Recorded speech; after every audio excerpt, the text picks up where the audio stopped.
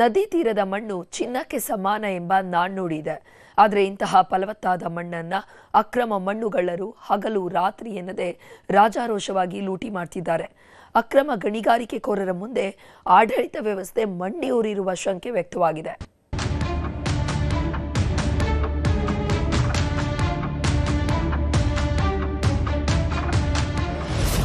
ಕೃಷ್ಣಾ ನದಿ ತೀರದಲ್ಲಿ ಅಕ್ರಮ ಮರಳು ದಂಧೆ ಗೊತ್ತಿದ್ದು ಕಣ್ಮುಚ್ಚಿ ಕುಳಿತ ಅಧಿಕಾರಿಗಳು. ರಾತ್ರಿಯಾದ್ರೆ ಸಾಕು ಕೃಷ್ಣಾ ನದಿ ತೀರದಲ್ಲಿ ಜೆಸಿಬಿ ಹಾಗೂ ನೂರಾರು ಲಾರಿಗಳ ಅಬ್ಬರ ಶುರುವಾಗುತ್ತದೆ.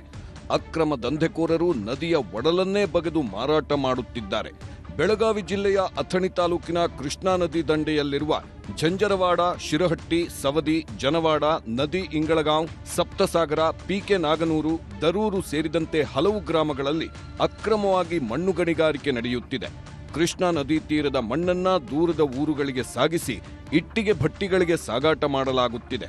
ಇದರಿಂದಾಗಿ ಸರ್ಕಾರದ ಬೊಕ್ಕಸಕ್ಕೆ ಕೋಟ್ಯಾಂತರ ರೂಪಾಯಿ ನಷ್ಟ ಉಂಟಾಗುತ್ತಿದ್ದರೂ ಇದನ್ನು ತಡೆಯಬೇಕಾದ ತಾಲೂಕು ಆಡಳಿತ ಜಾಣ ಕುರುಡರಂತೆ ವರ್ತಿಸುತ್ತಿದೆ. ಈ ರೀತಿ ಆದ್ರೆ ನಮಗೆ ಈ ರೈತರ ಒಂದು ಸ್ವಲ್ಪ ನೋವಿನ ಸಂಕಷ್ಟದಲ್ಲಿ ತೊಡಗ್ಯಾರು. ಆ ಕಾರಣದಿಂದ ಏನಾಗೈತಿ, ಇದನ್ನು ತಕ್ಷಣ ಎಲ್ಲರಿಗೂ ಈ ರೀತಿ ಬಂದ್ ಮಾಡ್ಲತ್ತಾರೆ. ಎಲ್ಲರಿಗೂ ಬಂದ್ ಮಾಡಿದ್ರೆ ಒಳ್ಳೇದಾಕೈತಿ ನಮಗೆ. ಯಾಕಂದ್ರೆ ಈ ರೀತಿ ಆದ್ರೆ ನಮ್ಗೆ ರೈತರಿಗೆ ಪ್ರತಿಯೊಬ್ಬಗೆ ಅನ್ಯಾಯ ಆಕೈತಿ ಅನ್ನೋದು ನಮಗೆ ನೋವು ಐತಿ. ಪ್ರತಿ ವರ್ಷ ಈ ರೀತಿ ಮಣ್ಣು ತೆಗೆದ್ರೆ ಏನಂತಿರಲ್ಲ, ಮಗಲಾನ ಭೂಮಿ ಕೆತ್ಕಿಸಿಂದ ಹೊಳಿ ಬೇರೆ ಕಡೆ ತಿರುಗು ಲಕ್ಷಣ ಕಾಣಿಸ್ತೈತ್ರಿ. ದಿನನಿತ್ಯ ನೂರಾರು ಲಾರಿಗಳು ಅಥಣಿ ಪೊಲೀಸ್ ಠಾಣೆಯ ಮುಂದೆಯೇ ಮಣ್ಣು ತುಂಬಿಕೊಂಡು ರಾಜಾರೋಷವಾಗಿ ಸಂಚರಿಸುತ್ತಿದ್ದರೂ ಪೊಲೀಸರು ಮಾತ್ರ ಮುಖದ ಮೇಲೆ ಕಪ್ಪು ಬಟ್ಟೆ ಹಾಕ್ಕೊಂಡು ಕೂತಿರ್ತಾರೆ. ರಾತ್ರಿಯಿಡೀ ನಡೆಯುವ ಅಕ್ರಮ ಮರಳು ಗಣಿಗಾರಿಕೆಯಿಂದ ನದಿ ತೀರದ ಗ್ರಾಮಗಳ ಜನರಿಗೆ ಭೂಮಿ ಕಳೆದುಕೊಳ್ಳುವ ಭೀತಿ ಎದುರಾಗಿದೆ. ಇದು ದೊಡ್ಡ ಅನ್ಯಾಯ. ನಾವು ಈಗ ಒಂದು 7-8 ಸಲ ಹೇಳಿ ಬಿಟ್ಟಿದೀವ, ಅದು ಫಲವತ್ತಾದ ಭೂಮಿ ಹಾಳಾಗಬಾರ್ದು, ತಕ್ಷಣ ಕಾನೂನು ಕ್ರಮ ಕೈಗೊಳ್ರಿ ಅಂತ ಫೋನ್ ಮುಖಾಂತರ ಹೇಳಿರ್ತೀವಿ.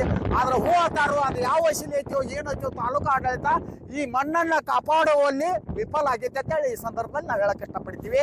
ಒಟ್ಟಿನಲ್ಲಿ ರಾಜಾರೋಷವಾಗಿ ಅಕ್ರಮ ನಡೆಯುತ್ತಿದ್ದರೂ ನೀರಾವರಿ, ತಾಲೂಕಾಡಳಿತ ಹಾಗೂ ಪೊಲೀಸ್ ಇಲಾಖೆ ಮೌನಕ್ಕೆ ಜಾರಿರೋದು ವಿಪರ್ಯಾಸ. ಕೂಡಲೇ ಜಿಲ್ಲಾಡಳಿತ ಎಚ್ಚೆತ್ತುಕೊಂಡು ಅಕ್ರಮ ದಂಧೆಕೋರರ ವಿರುದ್ಧ ಸಮರ ಸಾರಬೇಕಾಗಿದೆ.